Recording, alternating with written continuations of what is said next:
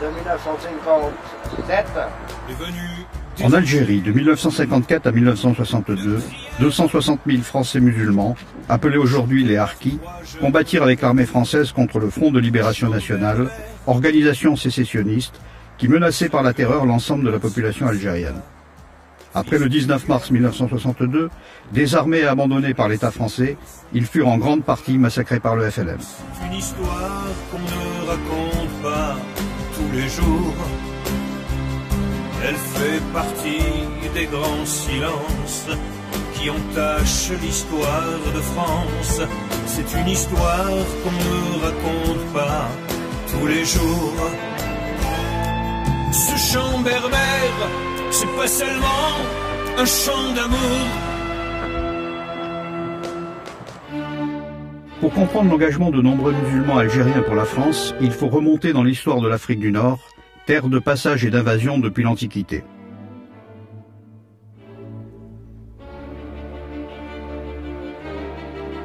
La population la plus ancienne, les Berbères, furent chrétiens durant plus de 4 siècles et compta de nombreux saints et évêques. Ce pays sans nom, selon l'expression d'Émile Gautier, mettra 3 millénaires pour qu'un roi de France lui donne son nom actuel, l'Algérie.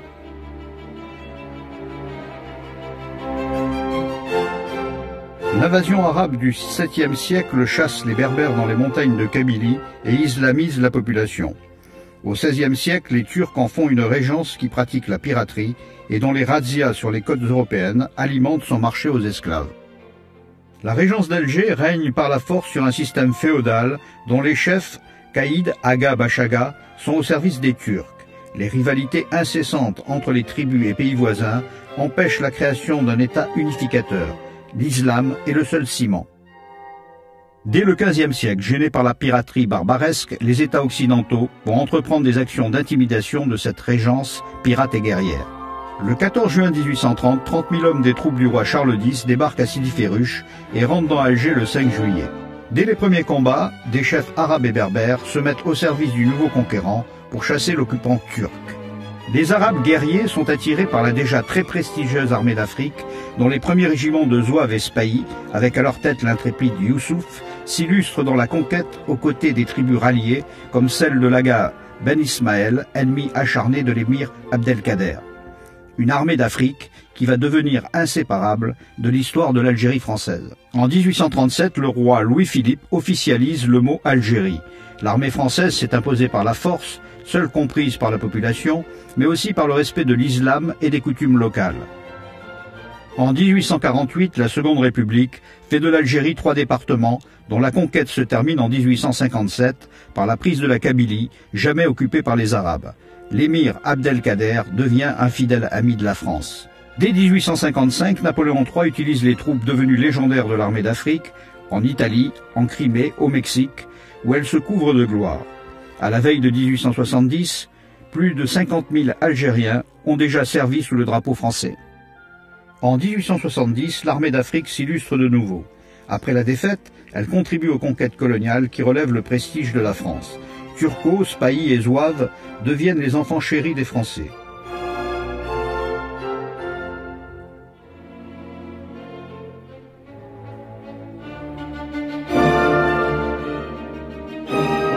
Les chefs arabes et berbères les plus prestigieux sont présents auprès des autorités françaises.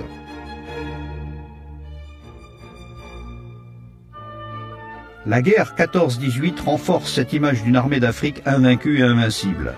La forte participation des Français d'Algérie fait que rares sont les grandes familles arabes, berbères et européennes qui ne comptent pas un mort pour la France ou un ancien combattant couvert de médailles.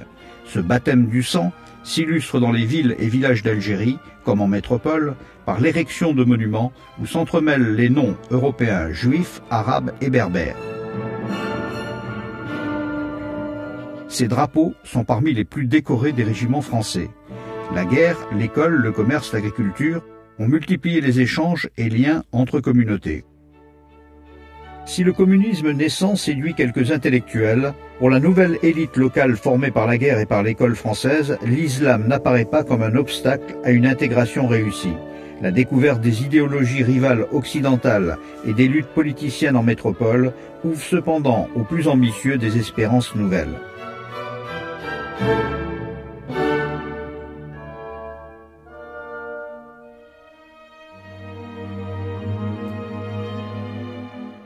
En 1930, l'Algérie française connaît, avec la célébration du centenaire de la conquête, sa plus belle année. De nouveau, en 1939, l'armée d'Afrique se trouve à l'avant-garde des combats et s'illustre lors de la bataille de France. La défaite de juin 1940 n'entraîne pas une désaffection des Français musulmans pour leur pays et son armée. Dès 1941, le général Weygand reconstitue l'armée d'Afrique, qui va être, en novembre 1942, le fer de lance de la nouvelle armée française, en s'illustrant en Tunisie, en Italie, grâce au général Juin, pied noir né à Bonn. Alger devient la capitale de la France combattante en 1943-44. L'armée française est alors composée principalement de 175 000 pieds noirs et de 230 000 Français musulmans. Avec le débarquement de Provence, le général Delade de Tassigny lui redonne son prestige militaire. Nous saurions tous mourir jusqu'au dernier, à des travaux, à nos amours, pour le pays, pour la patrie, mourir au loin, c'est nous les Africains.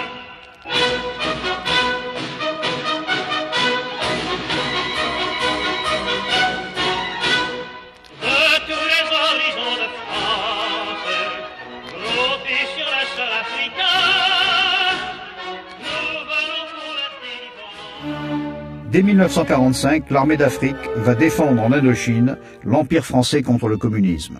Un empire menacé par les intérêts économiques et idéologiques des grandes puissances qui poursuivent l'action de désagrégation commencée durant la guerre par les Allemands et les Italiens auprès des populations d'Afrique du Nord.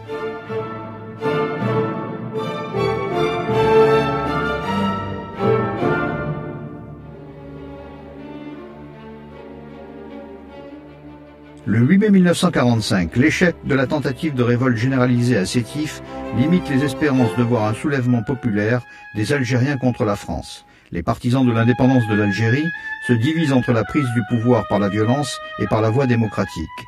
En moins d'un siècle, malgré 3 guerres et 6 régimes politiques en métropole, 10 ans seulement après la chute du nazisme, l'Algérie française est un pays moderne, contrasté, où vivent en paix dans un respect mutuel les 3 grandes cultures et religions du bassin méditerranéen et où les crimes de sang entre communautés sont insignifiants.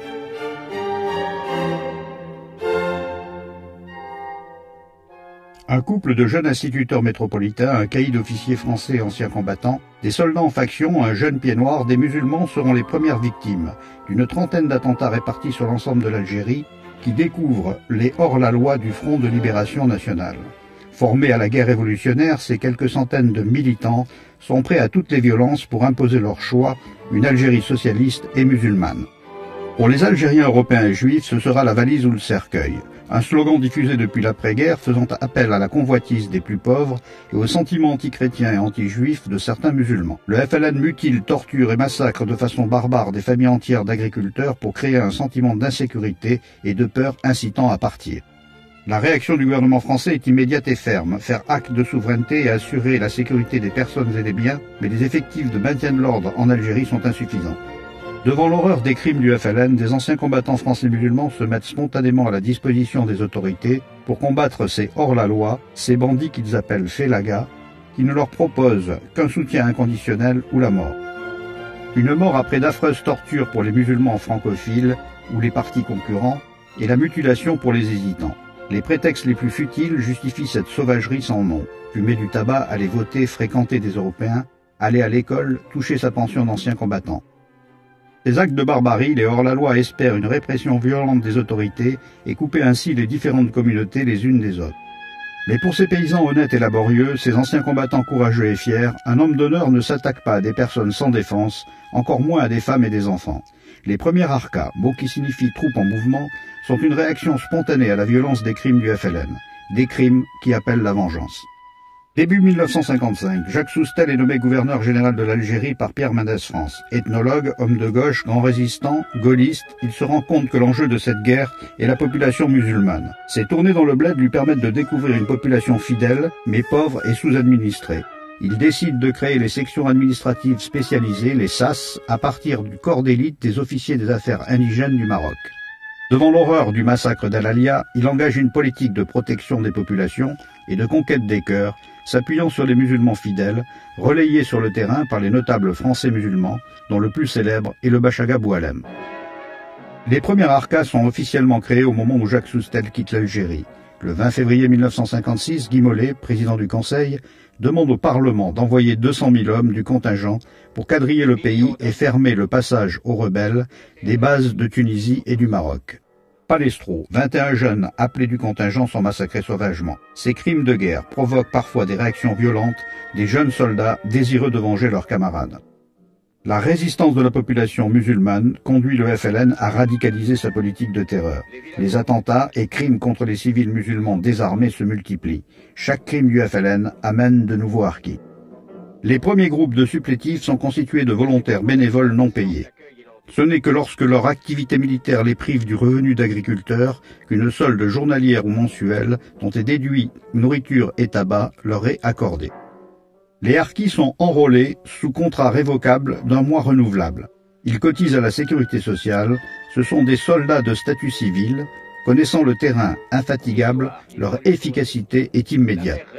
Le FLN voulant faire un exemple décime la population des douars de Melouza et de Wagram. Cet Oradour-sur-Glane algérien, comme le titre Le Monde, entraîne l'adhésion massive des musulmans dont les parents ont été assassinés. Les harkis n'ont qu'une seule patrie, la France. Ils assument toutes les tâches, éclaireurs, renseignements, interprètes, mais aussi celles de bâtisseurs d'une Algérie nouvelle. L'armée, épaulée par les harkis, protège la population des bandes rebelles et poursuit sa mission de pacification. L'année 1957 se solde pour le FLN par l'échec de la bataille d'Alger. Les barrages de Tunisie et du Maroc l'isolent de ses bases extérieures, d'où lui proviennent les armes et l'argent des pays arabes et communistes, mais aussi des pays occidentaux.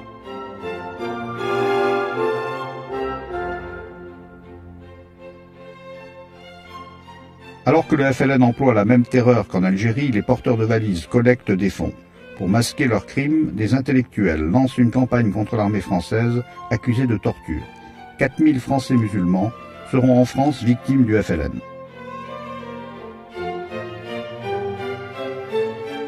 Tous les douars d'Algérie manifestent leur attachement à la France. 1 million de personnes parmi les plus menacées ont été regroupées. Un plan de 1000 villages est lancé sous le contrôle des SAS. Depuis 1946, tous les habitants d'Algérie sont des citoyens français représentés par l'Assemblée algérienne composée de 2 collèges. Le premier pour ceux qui ont opté pour le statut de droit civil, offrant tous les droits de citoyens français. Le second pour ceux désirant rester sous le droit coutumier local musulman. En 1954, 70 000 musulmans avaient opté pour la citoyenneté française de plein droit. En métropole, les 2 collèges sont représentés à part égale au Parlement. Le FLN dispose d'une armée, l'ALN, de 30 000 hommes basée en Tunisie. Le 9 mai, l'aviation française bombarde une de ses bases. En représailles, le FLN exécute 3 soldats français prisonniers. Les hésitations des gouvernements successifs de la 4e République provoquent une vive réaction des Français d'Algérie qui, le 13 mai, envahissent le gouvernement général. Les partisans du général de Gaulle comprennent que cette situation constitue une occasion inattendue de le voir revenir au pouvoir. Le comité d'entente des anciens combattants mobilise 600 000 anciens combattants européens et musulmans et fait descendre dans la rue les familles françaises musulmanes. C'est la grande fraternisation qui ouvre la porte à une solution la plus française. Le général de Gaulle va répondre par ses paroles aux vœux de la majorité des Algériens musulmans, être français à part entière.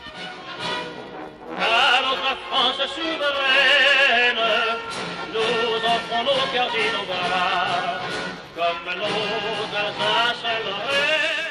Les harkis sont à l'honneur. Déjà en 1957, ils ont défilé à Paris sur les Champs-Élysées.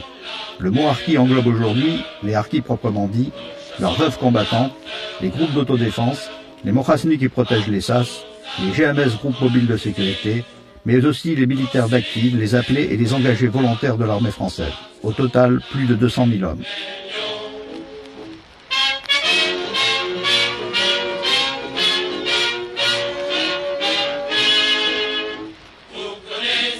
Les Français vont découvrir l'attachement de l'Algérie à la France par une participation massive de 7000 Français musulmans venus de toutes les régions d'Algérie au défilé du 14 juillet 1958.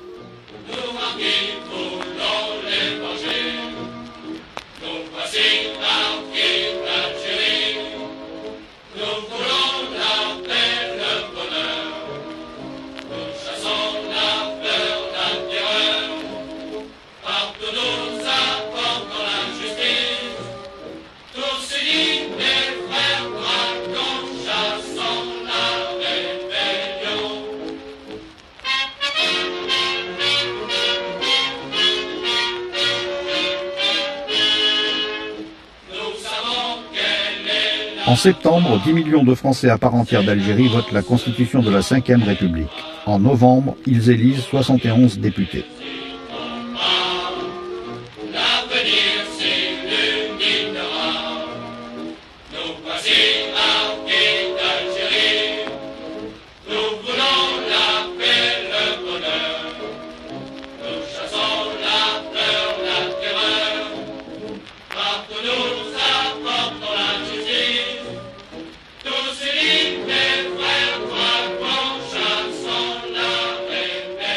En un mois, l'armée a organisé cette démonstration pacifique qui fait aussi découvrir à ces jeunes Français d'Algérie la capitale de la France métropolitaine.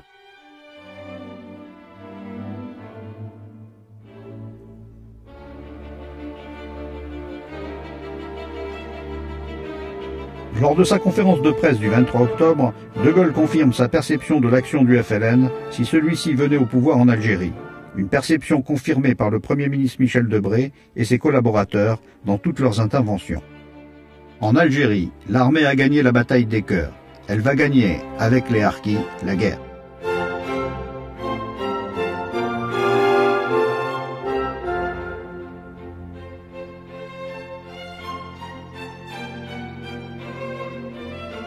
De Gaulle ordonne à l'armée d'en finir avec la rébellion.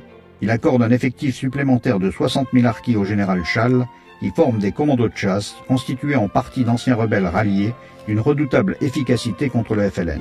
Les maquis disparaissent et une opération d'intoxication, la Bleuite, provoque une sanglante purge interne de plus de 10 000 hommes au sein de l'ALN.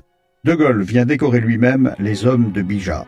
Dans une conférence de presse, De Gaulle annonce une évolution radicale de sa vision du problème algérien en demandant aux Français d'Algérie de choisir entre la sécession, l'association ou la francisation. Un référendum permettra de connaître le choix de tous les Français. De Gaulle entreprend de nouveau une tournée en Algérie auprès de l'armée et des représentants algériens élus en 1958. Ceux-ci lui expriment leur incompréhension. Cette nouvelle politique inquiète les Français musulmans fidèles, qui sont 5 fois plus nombreux que les partisans de l'indépendance. Les raisons de ce changement radical de politique algérienne, De Gaulle s'en expliquera dans ses mémoires. Âgé de 70 ans, il n'avait que peu de temps devant lui pour marquer l'histoire. La réconciliation franco-allemande, la construction de l'Europe, l'élévation du niveau de vie en France, la réalisation de grands projets prestigieux n'étaient possibles qu'en libérant la France du boulet financier des colonies et de l'Algérie. En outre, la démographie galopante algérienne risquait de voir la France métropolitaine envahie. De Gaulle, pragmatique, décida de se séparer au plus vite de la boîte à chagrin algérienne. Une partie du milieu d'affaires et de l'opinion était déjà favorable à cette solution. Le général Massu déclare à la presse ne plus comprendre la politique algérienne de Gaulle. Il est destitué de ses fonctions. Très aimé des Algérois, ceux-ci se soulèvent. C'est la semaine des barricades. Harkis et notables musulmans rejoignent les insurgés. Il y a alors en Algérie 160 000 harkis, auxquels il faut ajouter les élus locaux, les fonctionnaires, les anciens combattants, soit 500 000 chefs de famille représentant 2 500 000 personnes engagées pour et par la France. De Gaulle brisera cette première résistance par le verbe et l'action. Il ordonne aux forces de l'ordre de donner l'assaut des barricades. C'est le drame. Des Français tirent sur d'autres Français. Pour mener en position de force les négociations avec le FLN, le 30 janvier 1960, De Gaulle donne l'ordre de liquider ce qui reste de la force rebelle. Fin 1960, en Algérie, il y a moins de 9 000 combattants de l'ALN. Faire face à la résistance des Français d'Algérie, De Gaulle crée le comité des affaires algériennes qu'il dirige personnellement. Il est composé de Pierre Messmer, Alain Perfit, Louis Jox, qui seront en charge d'exécuter ses ordres. Les premières négociations secrètes avec le FLN sont engagées par Georges Pompidou. En juin 1960, les pourparlers avec le FLN sont un échec. À cette date, 2000 des 4000 postes militaires sont déjà abandonnés. En reprenant le pouvoir en Algérie, les généraux Salan, Chasles, Jouot et Zeller pensent pouvoir faire revenir De Gaulle à la politique du 13 mai. Refusant de tirer sur l'armée restée légaliste, ce sera l'échec. Les associations favorables à l'Algérie française sont interdites. Leurs membres sont arrêtés et internés. Devant les difficultés rencontrées, De Gaulle demande à Alain Perfit de publier des articles dans la presse, laissant croire qu'il est favorable à la partition de l'Algérie, une approche qui inquiète à la fois le FLN et l'OAS. Celui-ci publie, à la demande du général De Gaulle, ses réflexions dans l'ouvrage « Faut-il partager l'Algérie ?» Page 109, y est présenté le plan qui sera intégralement appliqué pour mener l'Algérie à l'indépendance. L'OAS règne alors sur les grandes villes d'Algérie.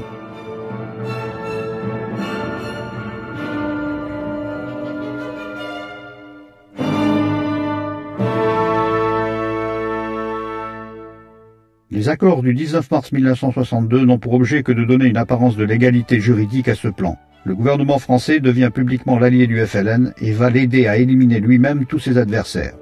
Pour sacrifier lui-même les autres tendances musulmanes, il retire arbitrairement, en violation de l'article 15 de la Déclaration universelle des droits de l'homme, leur nationalité française aux Algériens arabes et berbères. Les Français d'Algérie ne participeront pas au référendum du 8 avril 1962 qui scelle pourtant leur destin. Les harkis sont désarmés et licenciés. L'armée française se retire des derniers postes militaires, laissant la population sans défense. Dans son étude, Alain Perfit souligne que 1 500 000 Français musulmans sont directement menacés dans leur vie par ces mesures.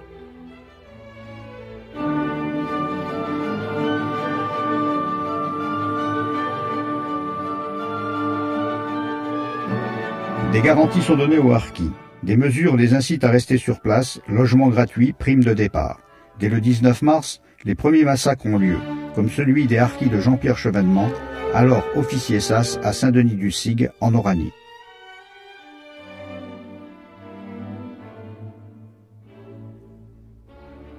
La répression de toute opposition, même pacifique, suffira pour provoquer l'évacuation de la communauté européenne en métropole. Le 26 mars, Christian Fouché donne l'ordre de tirer sur les manifestants, venus témoigner leur solidarité aux 70 000 habitants du quartier de Bab el-Oued, bouclés et affamés depuis 4 jours. C'est le massacre de la rue d'Isly.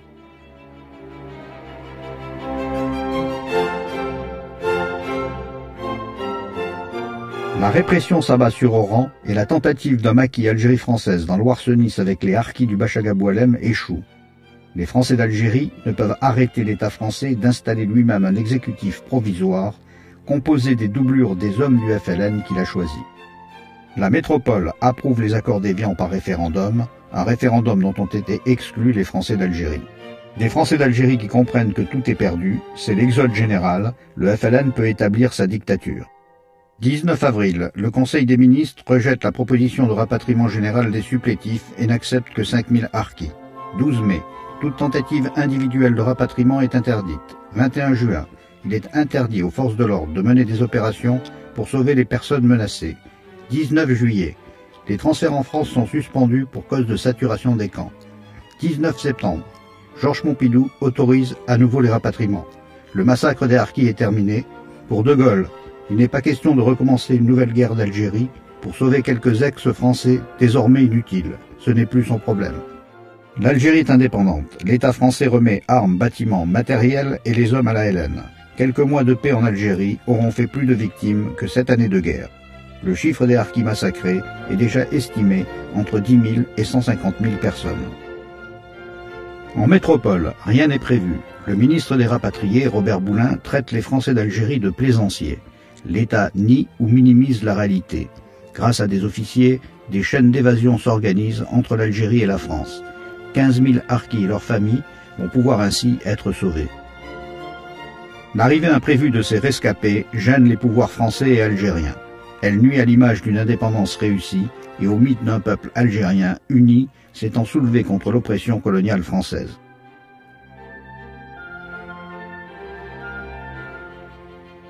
Les harkis sont isolés dans des camps en attendant leur disparition par voie d'extinction naturelle. Des camps, véritables ghettos créés en 1936 pour les réfugiés espagnols, puis occupés par les communistes, les juifs, les vietnamiens pro-français, les membres du FLN et les partisans de l'Algérie française. Des cités de transit et des hameaux perdus dans les forêts compléteront ce dispositif qui va héberger plus de 50 000 personnes. Pour les harkis rescapés, la vie reprend difficilement. L'économie française leur préfère des travailleurs algériens qui pourront être renvoyés en fonction des besoins du marché. Entre 1963 et 1964, l'État fait entrer plus de 300 000 Algériens, renforçant ainsi la présence du FLN en France et rendant l'intégration des harkis plus difficile. Des heurts sanglants se produisent entre le FLN et les harkis. Afin d'attirer l'attention des Français sur le sort des harkis, le Bachaga Boualem parcourt la France pour faire connaître ses ouvrages. Le 6 juin, De Gaulle tourne la page. Un mois plus tard, le ministre des Rapatriés, François Missoff, met la clé sous la porte. La politique française est définie, il n'y a plus de problème rapatrié. Seule l'Algérie est responsable. J'ai frappé ce type sur un coup de colère, dans ce bistrot pourri qui nous est réservé. On vit dans les poubelles de vos beaux quartiers. On m'insulte. D'ailleurs ils font tout ça, monsieur le commissaire. On en sourit parfois, mais au fond de nos yeux, si les Français d'Algérie sont mécontents, ils n'ont qu'à lui demander de respecter les accords d'Évian. Cette politique n'a pas changé jusqu'à aujourd'hui. Le long combat des Français rapatriés commence. Amnistie, indemnisation, vérité et justice. Leurs associations, les anciens officiers et les Français bénévoles viennent en aide aux harkis.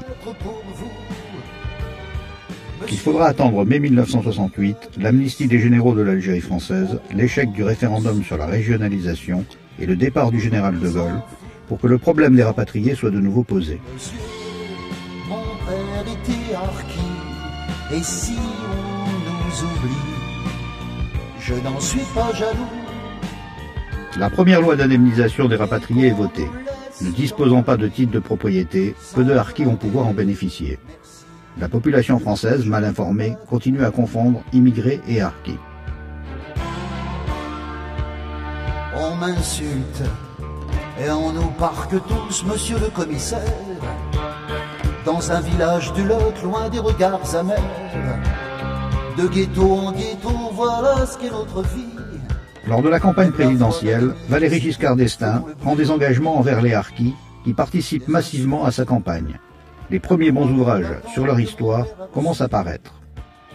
Fin 1974, ces engagements n'étant pas tenus, des harkis entament les premières grèves de la faim.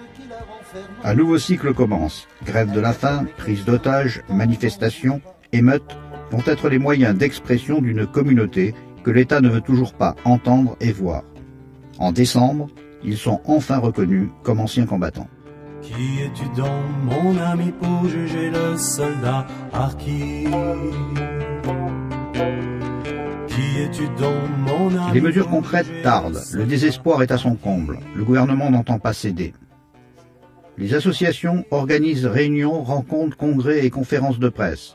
La communauté harki prend conscience de sa force. En juin, éclate à Saint-Maurice-l'Ardoise la première révolte armée des harkis et de leurs enfants qui prennent en otage les responsables du camp. Les Français découvrent l'existence des oubliés de l'histoire. Les manifestations se multiplient dans toute la France. La seconde génération vient en aide aux parents. Les problèmes sont identifiés, briser les ghettos, s'intégrer dans la société française par le travail, accéder à la propriété, devenir enfin des Français à part entière. Le gouvernement reste fidèle à la politique établie en 1962. Le dialogue est difficile, voire impossible. L'État ne peut plus ignorer pourtant leur existence. Les premiers résultats obtenus montrent la voie à suivre.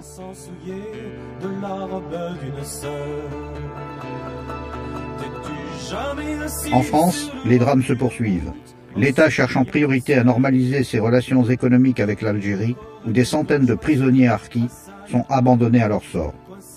Ceux désirant se rendre dans leur famille sont refoulés. L'État ne veut pas reconnaître ces soldats de la France, patriotes, français par le sang versé. Le retour des socialistes au pouvoir se traduit par un détournement de fonds destinés aux harkis, c'est le scandale de l'ONASEC. Pour attirer l'attention des médias et favoriser une aide concrète, Jeunes Pieds Noirs lance une campagne en faveur des familles de harkis auprès des mairies et des personnalités. En juin a lieu à Villepinte la première cérémonie de la campagne nationale de solidarité française Hommage aux harkis, qui consiste à jumeler des familles de harkis avec des familles de Français de métropole ou de Pieds Noirs dans le cadre officiel des mairies. L'adhésion à cette campagne d'André Santini, secrétaire d'État aux rapatriés, sa participation à la longue marche de Rouen à Monte Cassino du harki Brahim Sadouni, ses multiples rencontres avec les harkis vont donner une nouvelle dynamique à la communauté. En 1987, André Santini fait voter la première loi de reconnaissance de la nation envers les harkis. Le retour au pouvoir des socialistes marque un arrêt de la politique en faveur des harkis, malgré l'émission du timbre et de la première cérémonie officielle en hommage aux harkis aux Invalides.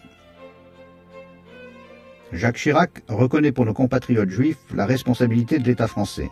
Les Français rapatriés lui demandent de faire de même pour les Français d'Algérie.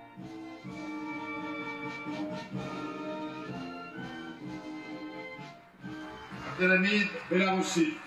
Au nom de la République française, nous vous faisons chevalier de la Légion d'honneur.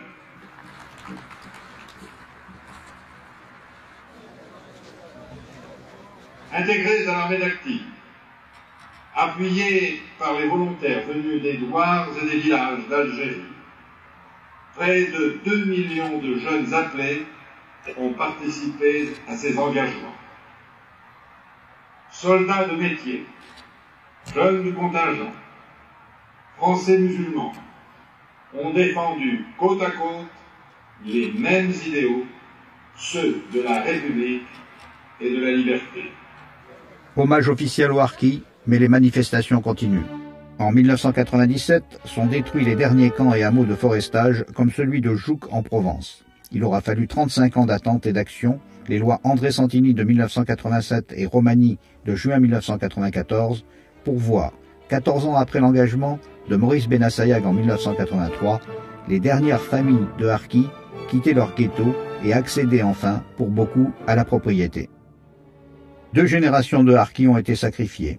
Les problèmes restent, chômage de la 2e génération, manque de considération, insultes publiques.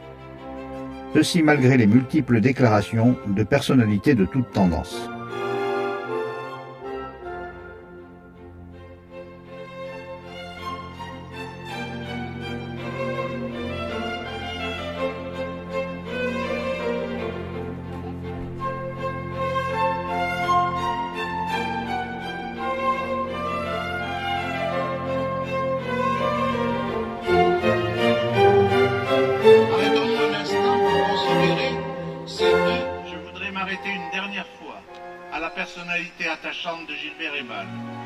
Les harkis ne sont encore reconnus comme soldats de la France et de la liberté que par ceux qui, depuis 1962, sont restés à leur côté sur la route de l'oubli. Leurs amis métropolitains et pieds noirs, et surtout leurs officiers et les justes qui les ont sauvés, accueillis et défendus lors de l'exode de 1962. Je suis rentré parce que c'était l'indépendance, du moment que c'était l'indépendance, comme on nous avait dit, c'était la valise ou le cercueil.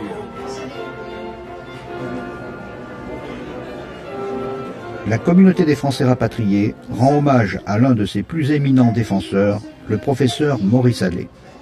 Il ne peut s'agir aujourd'hui que de faire reconnaître la responsabilité de l'État français dans l'abandon presque total par la France d'au moins quelques 150 000 musulmans pro-français ayant combattu à nos côtés, et cela en violation des engagements sur l'honneur, sans cesse réitérés à de multiples reprises, de ne jamais les abandonner et de les protéger.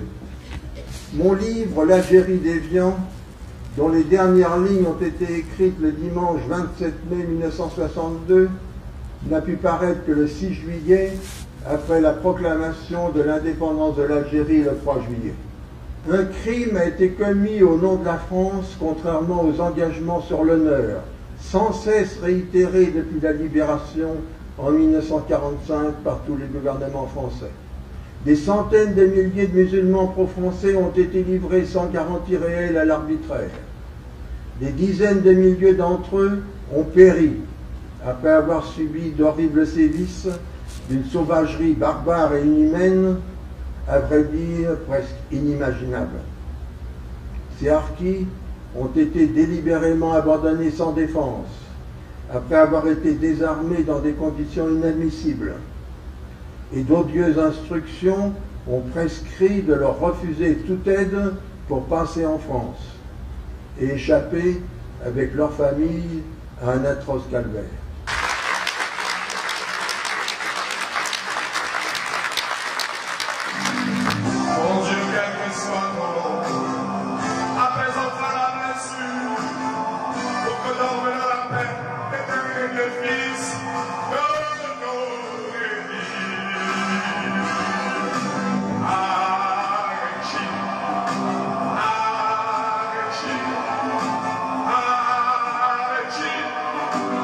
Ah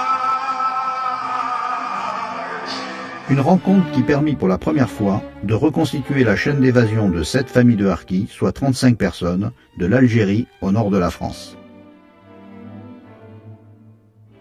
Si les déclarations en faveur des harkis se multiplient, les mesures concrètes ne suivent pas. En 2000, le président algérien insulte en France les harkis. 9 d'entre eux, rescapés du massacre de 1962, déposent une plainte contre X pour crime contre l'humanité qui est relayée par tous les médias. Nul ne peut plus dire « je ne savais pas ». Nous a traité de collabos. Si la France ne nous avait pas désarmés, ne nous avait pas abandonnés, le FLN ne nous aurait pas massacrés, ne nous aurait pas tués. Pas un ghetto, madame. Je vais employer un mot. D'abord, c'est un camp. Je ne veux pas dire le mot concentration, je peux le dire. On n'a pas été tués, mais on est des morts vivants. Ils sont engagés contre des rebelles et des hors-la-loi. Et aujourd'hui, cette plainte, elle est pour quoi? Elle est pour la vérité. Et la vérité, elle est dramatique, elle est terrible et elle est atroce. Ça fait 39 ans que nous nous plaignons de différentes manières. Nous avons manifesté, nous avons fait des grèves de la faim, nous avons tout fait, ça n'a rien donné. Selon un sondage de Paris Match, 65% des Français considèrent aujourd'hui que la France s'est mal comportée envers les harkis.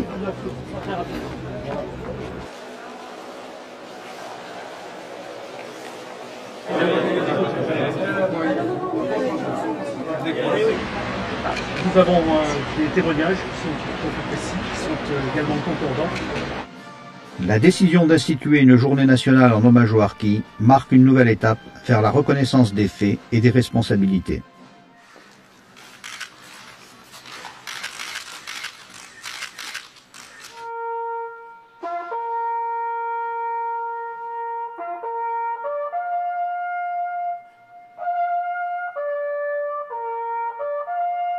Ici, aux Invalides, et en 26 lieux symboliques, l'article 1er de la loi du 11 juin 1994, adopté à l'unanimité par le Parlement. Honneur aux combattants morts pour la France, honneur à toutes celles et à tous ceux qui ont mérité par leur fidélité et leur sacrifice la reconnaissance de la patrie.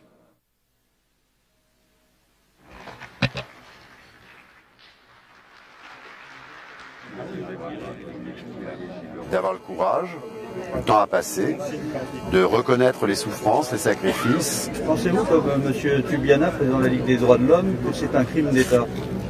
Je ne suis ni sur le terrain de l'histoire au sens de l'historien, je ne suis pas historien, je suis un élu du suffrage universel. Donc, élu du suffrage universel, je dois prendre en compte toutes les composantes de la société française. Je pense que nous avions un devoir là aussi, un devoir de reconnaissance à l'égard de cette population de supplétifs qui nous ont tant aidés dans nos problèmes algériens.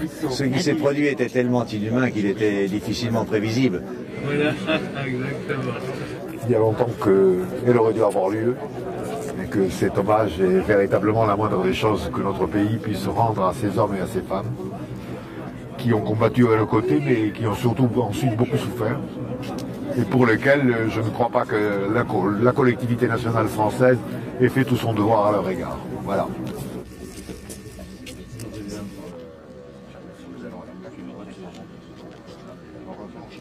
Moi, je suis pied noir du Maroc. Je sais ce que ça représente, je sais ce qu'ils ont souffert, ce que leurs enfants souffrent encore. Et je crois que c'est très important qu'on restitue cette mémoire et que sur un plan symbolique, la nation dise merci. Tout le monde est désormais informé de la réalité du crime d'État du 19 mars 1962. Les déclarations en faveur des harkis de personnalités les plus inattendues se succèdent. Les harkis, vieillissants, disparaissent. En 2001, ils ne sont plus que 9000 sur les 20 000 chefs de famille rescapés du massacre de 1962.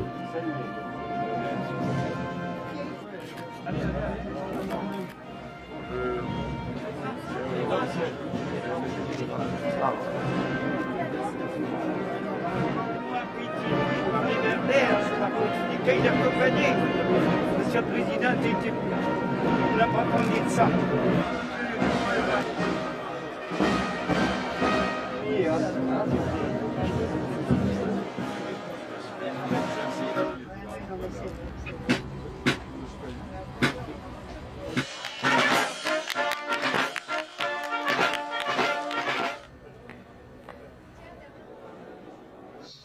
et continuer à participer à l'histoire de notre pays. Ce choix, ils le renouvellent, eux et leurs enfants, se montrent de plus en plus sensibles à l'histoire des harkis, aux tragédies qui ont marqué leur destin et le devoir que la République garde envers eux.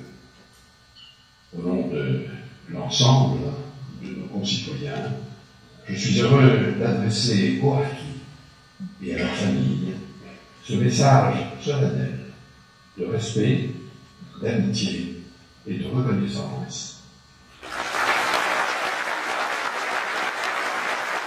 Pourtant, les socialistes veulent encore imposer la date du 19 mars 62. Nous avons d'ailleurs porté plainte, non pas contre l'État français, contre la France, parce que nous n'attaquons pas la France, nous ne sommes pas des terroristes, mais contre le gouvernement de l'époque. Si aujourd'hui les députés votent le 19 mars contre fin de la guerre d'Algérie, c'est insulter la communauté harkie, c'est insulter les morts, c'est mépriser tous les morts qu'il y a eu, aussi bien les 150 000 harkis, parce qu'il y a eu véritablement 150 000 harkis qui ont été massacrés, les 25 000 Pieds-Noirs qui ont disparu, mais aussi des soldats français qui sont morts après cette date. Que tout le monde a la même arme que les autres, c'est-à-dire le vote, le droit de vote. Et le vote, il faut que chacun sanctionne les députés qui voteront cette loi infâme. Chaque élection est l'occasion d'enregistrer les engagements des uns et des autres. Colloques, congrès, réunions avec les partis politiques se succèdent.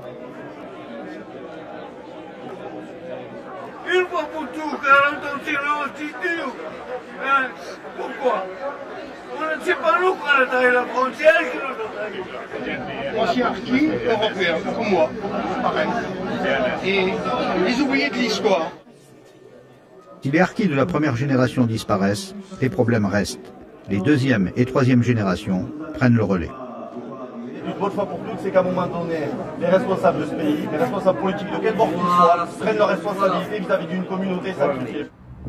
La réélection de Jacques Chirac est marquée par le projet de loi sur la reconnaissance de la nation en faveur des Français rapatriés, dont l'étude à l'Assemblée nationale débute dès juin 2003. Il est temps de leur rendre leur histoire partie intégrante de notre histoire nationale. Les harkis ont hautement mérité l'hommage qui leur est rendu aujourd'hui par la patrie. Honneur à tous ceux qui se sont engagés pour la France. Les interventions des députés et sénateurs font apparaître que la première des attentes des harkis et de leurs familles est la reconnaissance de la responsabilité de l'État français dans leur abandon et leur massacre.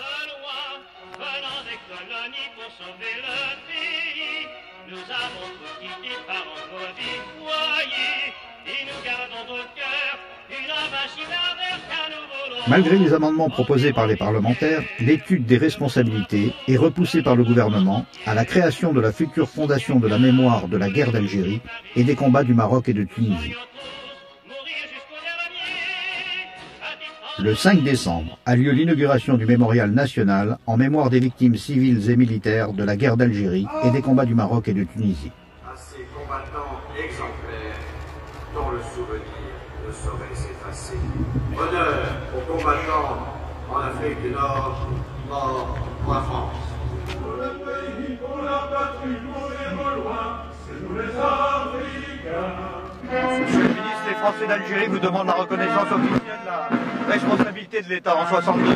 C'est ce que nous demandons. Merci.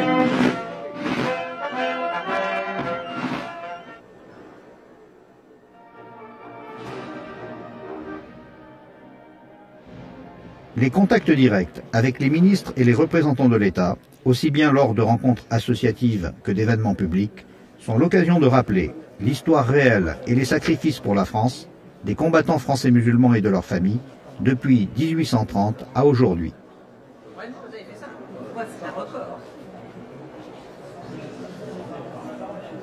La loi du 23 février 2005 témoigne de la volonté de la France de ne pas oublier cette page tragique de l'histoire. La reconnaissance de la nation est désormais marquée dans la pierre. La politique de l'État ne change pas. Temporiser, gagner du temps. Pourquoi, en 1962, en général, l'armée française a désarmé les Harkis. Pourquoi? Pourquoi les abandonner au massacre du FLN et de la Védicte populaire? Nous, on veut savoir pourquoi. Pourquoi il y a eu 150 000 Harkis qui étaient des Français, puisque nous avons eu tous la nationalité reconnative, on reconnaît qu'on a été des Français ont été massacrés sans que la France ne lève le petit nom. Oui, c'est un véritable génocide.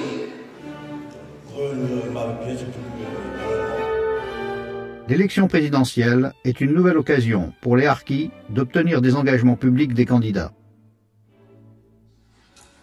Je veux d'abord rendre hommage aux soldats que vous fûtes, à des soldats qui ont combattu avec vaillance et courage aux côtés de l'armée française contre la rébellion indépendantiste de 54 à 70. Vous êtes plus de 200 000 à avoir pris les armes pour la République et pour la France, pour défendre vos terres et pour protéger vos familles. Vous les Harkis, vous avez perpétué la mémoire de ces soldats. Je salue l'initiative prise par le président de la République, voici maintenant 6 ans, d'instaurer la journée du 25 septembre comme journée d'hommage national aux Harkis. Ne sacrifions pas une nouvelle fois les Harkis. Si je suis élu président de la République, je veux reconnaître officiellement la responsabilité de la France dans l'abandon et le massacre de Harkis et d'autres milliers de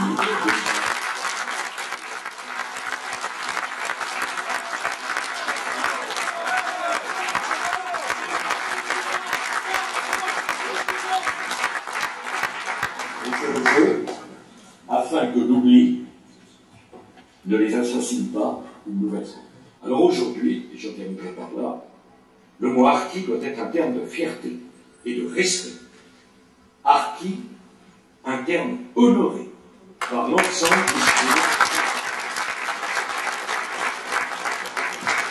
Être Harki, cela doit pouvoir dire, et je le dis à tous les Français, être Harki, cela veut dire je suis français par le choix et par le sang. L'engagement de cette reconnaissance n'est-il qu'une erreur de dossier, rouge au lieu de jaune, comme l'affirme l'hebdomadaire Le Point du 3 juin 2010. Les engagements se suivent, le temps passe, il ne reste plus que 6 000 Harkis de la première génération.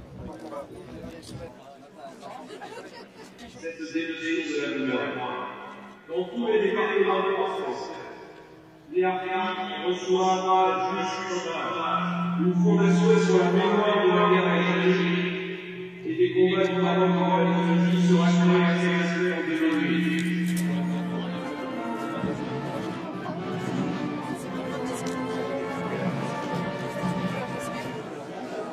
On commence donc avec le geste spectaculaire que s'apprête à faire Nicolas Sarkozy pour les Harkis. Oui, c'est une information Europe 1. Le président de la République achève aujourd'hui sa visite en Algérie et à peine rentré, il va reconnaître la responsabilité de la France dans les massacres des Harkis abandonnés en Algérie en 1962. Les historiens parlent de 60 à 80 000 morts. Peu importe le mot choc, ce qui compte, c'est qu'on mette un terme à des injustices. Ce devait être une soirée historique pour les Harkis et leurs familles, et celle où la France reconnaîtrait enfin l'abandon de plusieurs dizaines de milliers de ces soldats musulmans engagés dans l'armée française pendant la guerre d'Algérie. Ce discours du président, il l'attendait avec d'autant plus d'impatience que le candidat Nicolas Sarkozy avait fait de l'hommage aux Harkis une de ses promesses de campagne. Monsieur Sarkozy a parlé d'honneur, je crois que ce soir, il me semble, il s'est déshonoré en ne tenant pas son engagement. Aujourd'hui, la communauté des Harkis et de leurs descendants représente près de 500 000 personnes. Pour ces hommes et femmes qui pensaient pouvoir tourner une page douloureuse de leur histoire, le combat n'est toujours pas terminé. Le 50e anniversaire de la révolution du 13 mai 1958 a été de nouveau l'occasion de rappeler à l'État les attentes des Français rapatriés.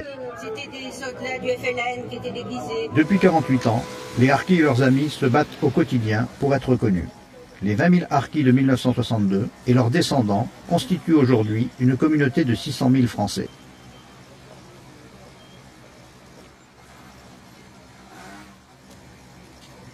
Les enfants et petits-enfants remplacent les pères disparus. Le mot Harki est devenu transmissible. Il veut dire courage, fierté et honneur.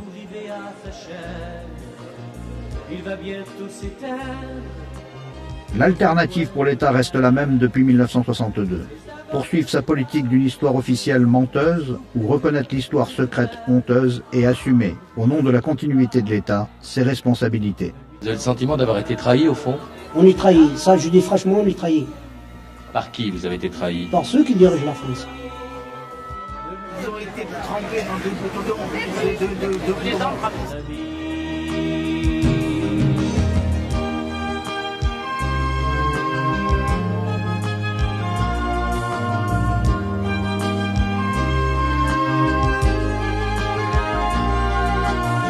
Mais avant qu'il ne parte, s'il vous plaît, dès demain, n'oubliez surtout pas de lui tendre la main. C'est à cause de vous qu'il va mourir ici. Ne l'oubliez jamais, le harki, notre ami.